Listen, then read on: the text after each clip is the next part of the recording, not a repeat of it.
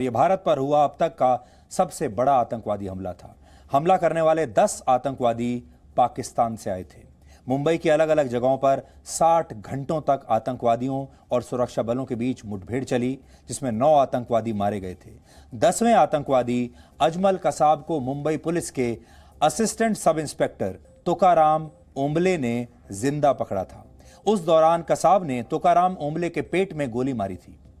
गोली लगने के बावजूद तुकाराम ने कसाब को छोड़ा नहीं और बाद में वो वीर गति को प्राप्त हुए। शहीद तुकाराम ओंबले की बात आज इसलिए भी खास तौर पर कर रहे हैं क्योंकि अगर शहीद तुकाराम ने कसाब को उस दिन जिंदा ना पकड़ा होता तो दुनिया के सामने भगवा आतंकवाद का झूठ बेनकाब नहीं होता।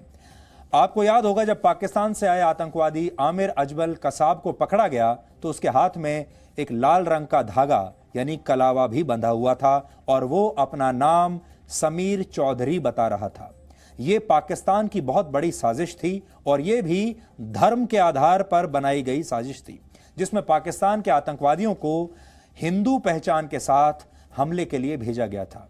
इस षड्यंत्र के मुताबिक ये एक सुसाइड अटैक था, यानी इसमें सभी 10 आतंकवादियों को मर जाना था और अगर ऐसा हो जाता तो हिंदू आतंकवाद के प्रोपेगेंडा को दुनिया भी सच मान लेती, क्योंकि योजना ये थी कि सारे के सारे जो आतंकवादी थे इन्हें हिंदू नाम और हिंदू पासपोर्ट नामों के पासपोर्ट के साथ हिंदू पहचान के साथ यहां भेजा गया था। कसाब के हाथ पर जानबूझकर एक लाल धागा बांधा गया था जिससे ये लगे कि ये हिंदू है और इन सबको क्योंकि मर जाना था, ये किसी को ये भी नहीं बता पाते कि ये कहां से आए हैं। इसलिए साजिश ये थी कि इसे हिंदू टेरर का नाम दे दिया जाएगा। लेकिन तुकाराम ओंबले ने कसाब को जिंदा पकड़ लिया और इस पूरे के पूरे षड्यंत्र को फेल कर दिया और यह साबित हो गया कि कसाब के हाथ में बंधा हुआ कलावा एक छलावा है और समीर वास्तव में कसाब है। तुकाराम ओंबले ने देश की राजनीति के एक बहुत बड़े झूठ को भी गलत साबित कर दिया। हमले के 2 वर्ष बाद मुंबई में ही 6 दिसंबर 2010 को एक किताब रिलीज की गई जिसका नाम था आरएसएस की साजिश 26/11। यह इस किताब का नाम है, जिसमें बताया गया था कि यह जो 26/11 का हमला था ये आरएसएस की साजिश थी, जिसे उर्दू के एक जाने माने पत्रकार अजीज बर्नी ने लिखा था। किताब को देश के सामने रखने आए थे कांग्रेस के बड़े नेता दिग्विजय सिंह, जो आपको तस्वीर में दिख रहे हैं। मंच पर उनके साथ मशहूर फिल्म निर्माता और निर्देशक महेश भट्ट हैं और उस समय महाराष्ट्र सरकार के पूर्व के गृह राज्य मंत्री कृपा शंकर सिंह भी आपको तस्वीर में दिख रहे हैं। दिग्विजय सिंह उस समय कांग्रेस अध्यक्ष सोनिया गांधी के सबसे करीबी लोगों में से एक माने जाते थे, इसलिए आप कह सकते हैं कि इस किताब को कांग्रेस का भी आशीर्वाद प्राप्त था। डॉक्टर मनमोहन सिंह कि यूपीए सरकार की नीतियों का यह सबसे बड़ा विरोधाभास था। एक तरफ सरकार पाकिस्तान को हमले के डोजियर्स तक दिया करती थी, दूसरी तरफ कांग्रेस पार्टी के नेता भगवा आतंक के झूठे प्रचार में शामिल होते थे, जिसमें मुंबई हमले को आरएसएस की साजिश बताया जाता था। ऐसे में कई गंभीर सवाल तत्कालीन यूपीए सरकार और उसके नेतृत्व पर भी उठते हैं। मुंबई हमले के बाद पाकिस्तान के खिलाफ तुरंत कार्रवाई क्यों नहीं की गई?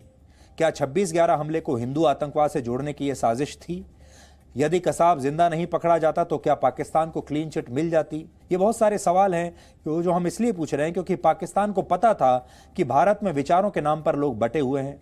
इसका फायदा अजमल कसाब को समीर नाम देकर उठाया जा सकता है। 9 आतंकवादियों को हमारे सुरक्षा बलों ने हमले के दौरान ही मार दिया। कसाब को कानून के तहत फांसी दी गई, लेकिन देश में बटी हुई सोच आज भी जिंदा है, जिसे खत्म करने की जरूरत है और इसके लिए हमें एकजुट रहना होगा।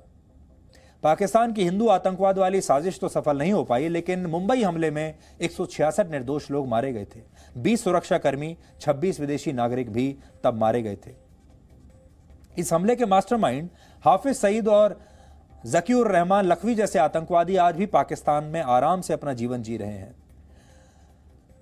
भारत ने न केवल हिंदू आतंकवाद के प्रोपेगेंडा को झूठा साबित किया, बल्कि दुनिया को समझाया कि आतंक सबकी समस्या है और उसकी जड़ में पाकिस्तान है।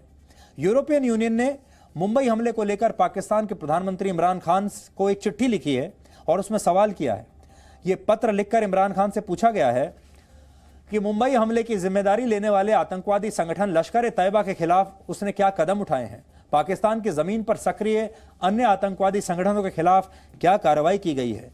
यूरोपीय यूनियन ने पाकिस्तान के पूर्व प्रधानमंत्री नवाज शरीफ के उस बयान का भी जिक्र किया है जिसमें उन्होंने माना कि मुंबई हमले की साजिश पाकिस्तान में रची गई थी।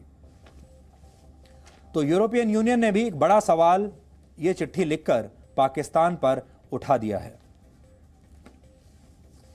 इस हमले पर आज प्रधानमंत्री मोदी ने भी एक बयान दिया है, अब आपको वो सुनना चाहिए। इस हमले में अनेक लोगों की मृत्यु हुई थी, अनेक देशों के लोग मारे गए थे। मैं मुंबई हमले में मारे गए सभी लोगों को अपनी श्रद्धांजलि अर्पित करता हूं। इस हमले में हमारे पुलिस बल के कई जाबाज शहीद हुए थे, मैं उन्हें भी नमन करता हूं। मुंबई हमले के जख्म भारत भूल नहीं सकता। अब आज का भारत नई नीति, नई रीति के साथ आतंकवाद का मुकाबला कर रहा है।